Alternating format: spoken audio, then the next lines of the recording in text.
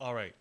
And we're back here on the show, and we've got Andrew Owens joining us. And we are excited to have Andrew on today because we know, Andrew, we're talking about corporations having tantric sex with each other, right? Okay. Well, let's right? just That's jump what right they told into me. it. That's what my briefing notes say. Okay. Well, I'm with Social Creative Network, and we've been around since about 2006 in Toronto. But I'm sure that there's networks all over the world, people getting together, bringing in new ways of doing things, new energy supply, technology. But the most important thing, I think, at this time in our evolution is new ways of organizing. And Is that because we're disorganized? no, we're very organized to the point of we have become an order-seeking society. And organization contains order and chaos. And I think to demonize chaos, you hear phrases like, oh, wow, there's going to be chaos on the streets. Well, guess what? There's chaos on the streets right now, all the time, because nobody's managing the kinds of interactions that people have on the streets. It's quite disorganized. And it's actually chaos, or creative chaos, or flow, or being in the zone that actually enlivens society and revitalizes us and our neighborhoods. So how do we go to tantric sex between corporations? That's what we want to know. Well, corporations aren't really geared for tantric sex. First of all, what do you say is tantric sex? How would you define tantric sex? Okay, I studied what's called erotic spirituality for several years in California, and I thought this makes a lot of sense. Tantra is the marriage of the inner masculine and feminine. So if a system doesn't have a feminine aspect or flow and a structured aspect, which is more like the masculine, it's going to fall over and die. So everything is in a state of tantric ecstasy, but we don't experience it that way because of our minds and our preconceived conditioning, or our preconceived ideas and our social conditioning. So Tantra is the basis. Tantra just means book. Expansion. Doesn't it mean expansion or expansion of consciousness, or to weave energy? Well, the Tantras are a collection of books. Mm-hmm. They were never formalized like a Bible. Tantra just means book. And the Tantras emphasize expansion and contraction. What's called the spanda. That's a Sanskrit word, spanda. And we get the word spandex from it, which is wonderful. I have a pair of pants that are 5% spandex. There you go. So if we didn't have this expansion contraction in the universe, our pants would be too tight, and we'd all die, because if you look at trees, they grow during summer and fall, and then they kind of collapse a bit. And then you get these rings. When you cut a tree down, you see the rings. So everything is in the state of expansion, contraction. So yes, Tantra encourages us to expand, but we also need times to withdraw and contemplate. And it's at those times that we become more self-aware. And I think corporations need to become more self-aware.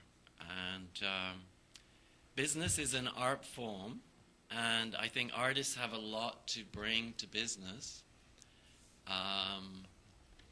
Businesses don't tend to have souls. So corporations are soulless entities, just Yeah. even the name itself.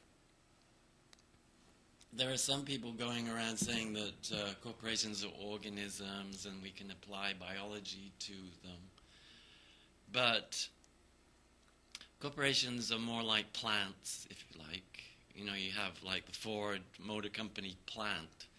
It's actually located in one location, and they don't tend to move around, whereas these days corporations could be a bunch of people walking around with cell phones.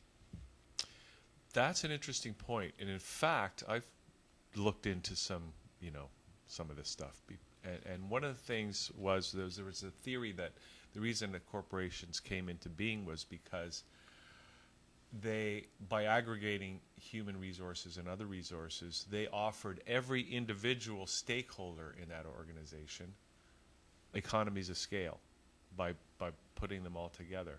But now it seems we are, as our world moves forward and our technological environment gets more advanced and more, cell phones, technology, the internet, and that kind of thing, it's almost as if smaller groups of loosely connected individuals don't need those synergies that large corporations have traditionally given us, because we can achieve those synergies working in a much more ethereal kind of relationship.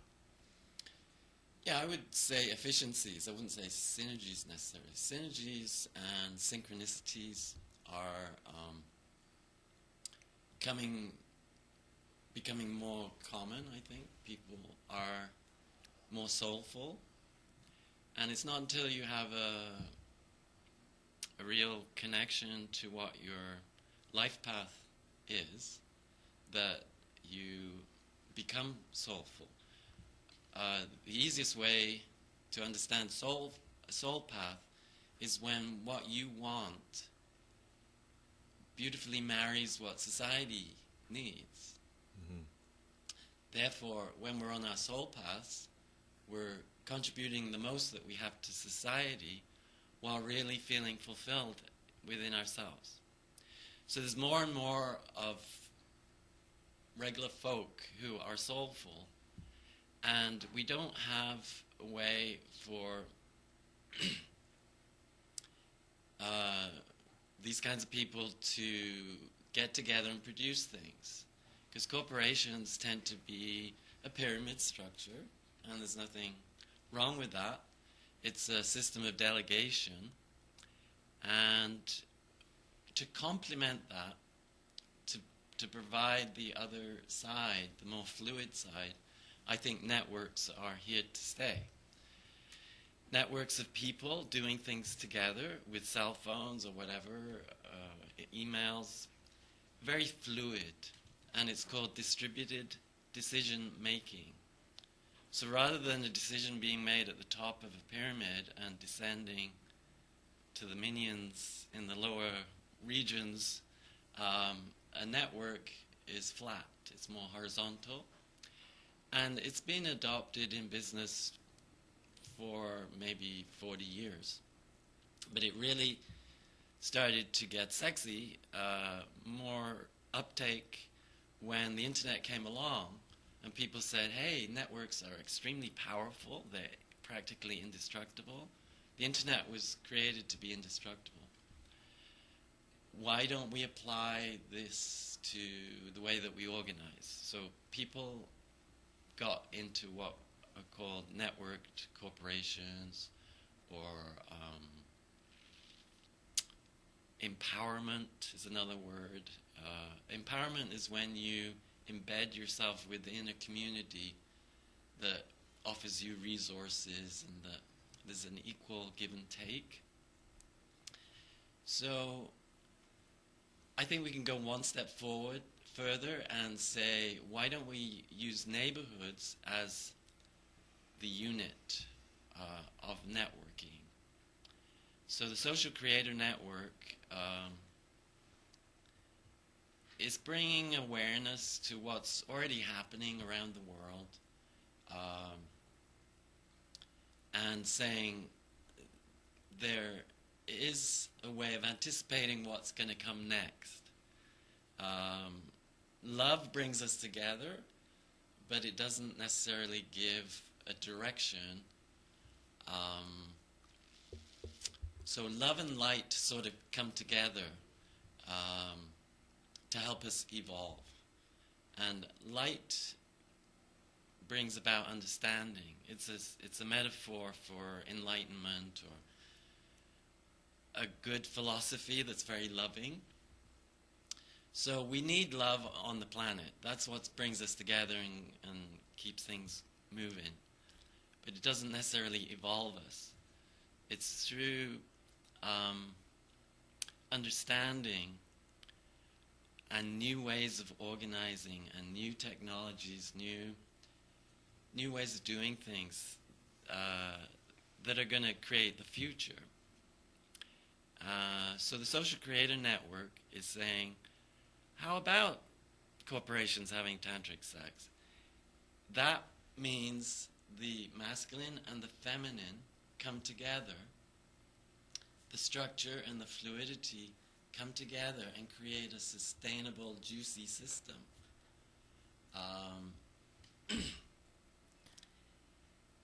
Corporations, as we have known them to be, which are very hierarchical, are a step in our evolution, and we're ready to go to the next level where we can distribute decision-making throughout the organization, which is called like a network. Okay, so I want to ask you then, this idea of corporations or the next thing that comes after corporations, because as you say, that's a step in our evolution. On the one hand, on the other hand, you're talking about neighborhoods as the central element of networks, right? Like, how do those two things relate to each other, and what kind of a world will that mean for us as we move into it? Well, networks are pretty spontaneous. Nobody incorporates a network. It doesn't usually have like a legal status that makes it real. It's part of life. So networks happen, they happen in our neighborhoods. It's not a high level of organizing. By high, I mean in terms of complexity. Mm-hmm. Neighborhoods don't usually produce a lot of things. They don't have an economy necessarily, where mm-hmm. neighbors get together and make things that bring in money and resources.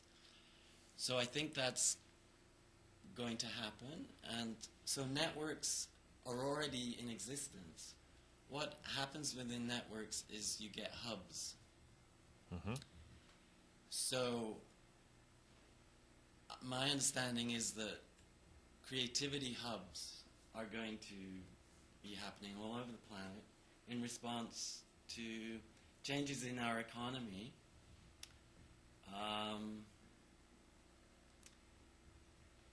To be empowered and to have resources that you can use, you need to organize and have a center where you can go to meet the right people, plug into resources, much like what you've got here. It's more like a hub than a corporation. So I had one of those Tantra temple centers myself in British Columbia on the Sunshine Coast, which was in a residential community, and it was very tantric to invite Shakti and Shiva to come to Divine Union. Did you have the right zoning for that? And I didn't have the right zoning. There's a special zoning law of some sort. So I actually got a cease and desist notice from the local government, which was mostly masculine, and they're very influenced by other interests of developers and whatnot, and saw that I was getting a little busy, but so I got a cease and desist notice, and it got shut down, and then I got very busy. But it was a lot about this network of bringing like-minded people together to share a lot of wonderful knowledge and theory and technique and tools of awakening consciousness. But not just through the body and tantric sex, as that was part of it, but through teaching awareness of consciousness on many, many levels.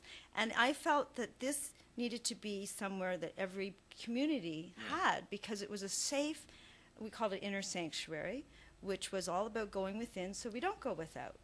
And it was a place that reminded us and reflected that heaven already exists on earth.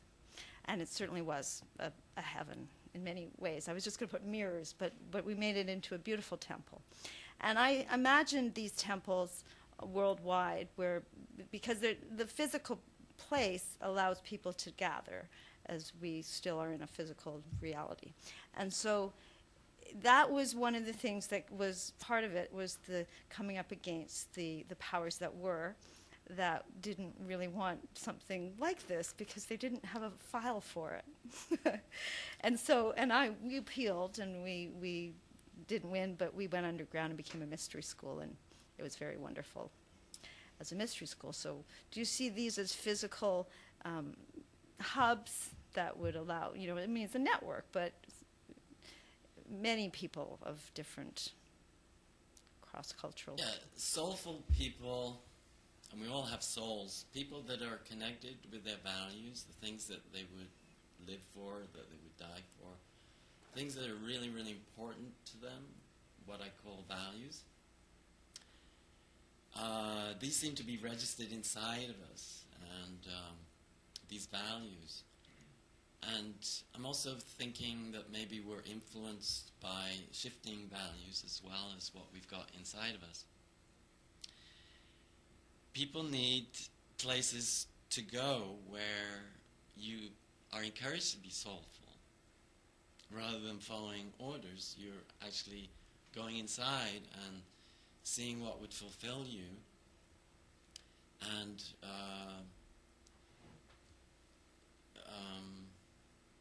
things like running up against city halls, zoning laws, that is...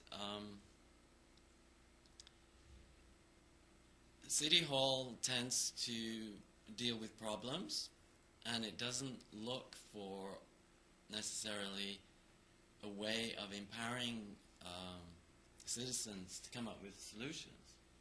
Everything about City Hall seems to be problem-driven. It's not just my idea. I went to my counselor about 5 years ago and said, I've got these wonderful solutions. And he said, I don't know how to handle those. If you came to me with a problem, I could fix it. But solutions, we don't have a way of handling that, sorry. So in an urban setting, we need places where people who feel like they have something to offer and a vision, who aren't consumers of services, but actually doing things that would get rid of the need for a lot of services that are being offered. Which was our appeal to the city, in that we're allowing a safe place for people to heal. So we're not we're not taxing the medical system, or we're not taxing the governmental system, or we're not dependent on those services. Well, then it turned out that the bylaw inspector was an ex-RCMP officer, so he was looking for problems. We'll give you some. So one solution that's available is looking at Tantra in terms of this union of the inner masculine and inner feminine. And what if corporations were in touch with their inner masculine and inner feminine, and it was actually in their letters of incorporation, in their mission statement, that they would be in touch with their inner feminine or inner masculine. If those sorts of organizations started to happen, we would naturally develop as a civilization where we would expand a bit and contract a bit. We would expand a bit, contract a bit. We would start to align with nature instead of running roughshod over nature. So there are creativity hubs already happening. There's one in Toronto near Queen and Shaw Street. It's called the Young Place. it's not about youth, but the main family that funded it is called the Young Family. There are all kinds of arts groups, networks come together and they say, hey, we should have a studio space where we work together, or a video editing place. So soulful people tend to create hubs after a while. Let's use this way of thinking to reinvent how we organize. The future is going to involve new ways of organizing to get things done. It's not going to be about love and light and sharing food and dancing together. It's going to be about getting things done. And the Social Creator Network, we're looking at a technologically assisted way of organizing. And by that I mean people have cell phones, people have cameras. Let's use this technology to support how we organize. If somebody starts a new business in a neighborhood, how come there isn't a neighborhood film crew knocking at his or her door saying, we want to interview you. We want to know how we can support this new enterprise. We want our neighbors to understand the importance of what you're doing. Mm-hmm. And maybe some of the neighbors would like to support what you're doing. Mm-hmm. With this technology's here, but nobody's necessarily thinking, hey, let's use this to support how we organize. And that's part of moving from a competitive society where people are based on survival needs to a cooperative society where we're looking to thrive. And the way we are going to thrive is by collectively sharing our resources. Yeah. And we start in our family and neighborhoods and communities and the world at large. What we're doing here at that channel. Yeah. Are you working with existing corporations at all? I'm starting a MUSE, M-U-S-E. It stands for Mutual Sport Enterprise. In my neighborhood, which is Bathurst and Bloor, and it's called the Markham Street Muse. And we're using new ways of organizing. The first thing I've done is start the website. There's going to be a list of neighborhood objectives that people feel in their heart that they want to do, not because somebody says, we need you to be here at 9 o'clock on a Monday morning to do this.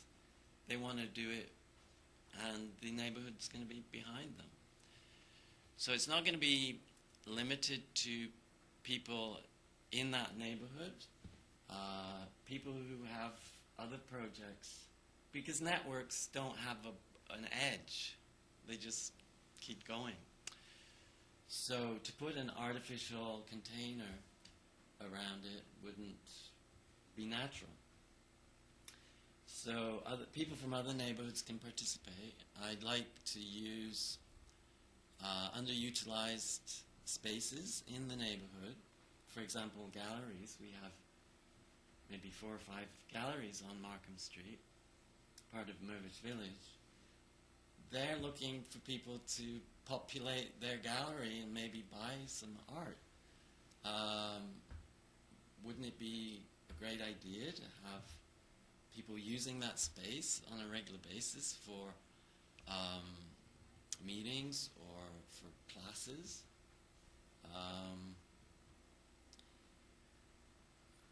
So the first thing I'm working on within my neighborhood is a neighborhood campus. So learning about new ways of organizing is kind of a starting point.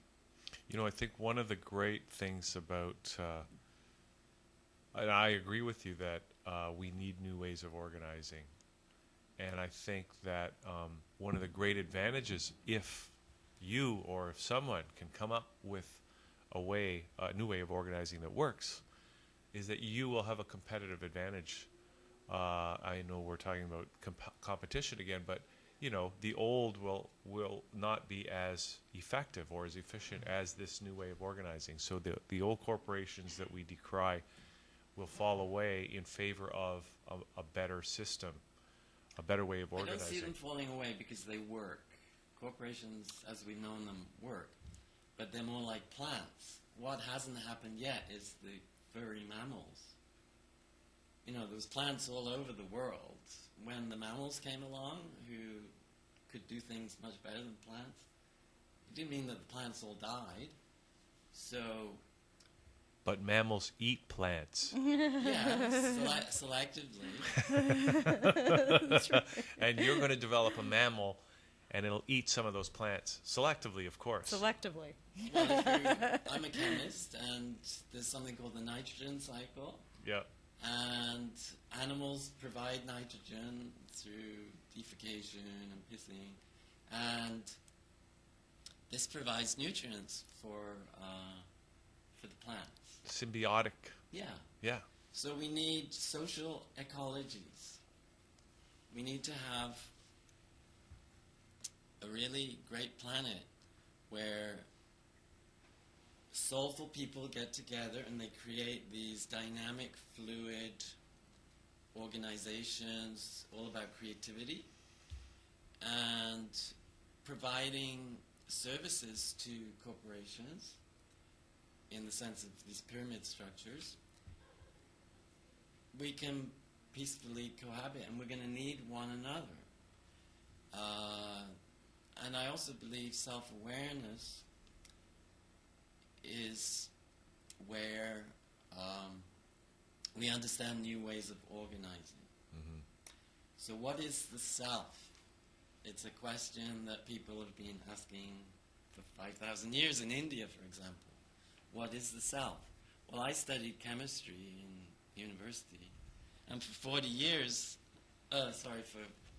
years, I looked at the periodic table, and I thought, what is that thing? It's obviously important, otherwise they wouldn't have it at the front of the class in all the chemistry labs. This is the self. The self is a collection of qualities that periodically recur, and it's complete.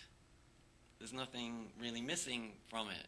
It's got all the possibilities right there. Unless we discover a new element. Well, that's what this section's all about. We stick them on the end, you know. But all the main body is filled. Mm-hmm. So when you sit at the foot of a guru, they'll tell you how important the self is, but they won't tell you what it is. They'll just say it's really, really important to become self-aware and self-realized. And so it's a pattern. I was talking to a friend in Kensington Market, and he said it makes a lot of sense when you say the self is a pattern. It's not God on the cloud. It's not Jesus. It's not Muhammad. The self is a pattern. Feelings move through us. Ideas come to us and we kick them around for a while until we're done with them, and then we forget them. Stuff is moving through us all the time, but he said it makes sense because there's something that stays. All these things that aren't really me, like my ideas and my feelings, they come and go, but there's something that stays, that I call me. So this pattern idea of the self is really powerful. So if you can take that pattern and use it to organize a corporation. Would that be like this pattern, the flower of life, that's within our DNA? It's a pattern that... No, it's not. It's that a pattern, dodecahedron. There's you know that guy, Stafford Beer? It's probably... Yes, Stafford Beer. So he's a management cybernetician, and he came up... He's dead. He's dead, but he came up with this concept that a better, more efficient, effective way of organizing, because he looked at the hierarchical structure and he said, he measured the efficiency of it, and he said that the dodecahedron shape, 3D shape, was the optimal way because it has to the organize. 5 platonic Just because solids within it. It was able to optimize the communication between nodes in that network. So I think you're onto something there. Yeah, well, he helped, I think it was Chile, to reorganize Allende. anyway, I'm not big on politics, but he did help a country reorganize after a major setback. So unfortunately, Okay. we're, Andrew, every time we talk, I just want to keep going on and on and on, and we could keep going on all day about this, but we'll have to get you back and follow up on a lot of these ideas. But where can people get in touch if they want to get involved in the campus on Markham Street or in some of the other work that you're doing? Yeah, the Markham Street Muse website is markhamstreet.wordpress. That's WORDPRESS WordPress.com. So markhamstreet.wordpress.com. And that's Markham Street spelled out? Okay, great. Okay, And Andrew. the Social Creator website is socialcreator.blogspot.com. Okay, Andrew, thanks for doing this today. Thank you for organizing all this. That's an excellent service to the community. Thank you. Thank you. Okay, so we're going to come back with Kevin Nadjawan right after this, who walked across Canada from Did you east just get here? to west. No, because we're not on the west. Well, He walked he's walked through from here. east to west. He We're walked going to through. find out all He's about back. that and more. But I want to play this because we're talking a lot about these aliens and stuff like that. I'm just going to play this video. The Archonic Deception. People, make of it what you will. And we'll be back with Kevin right after this. Right.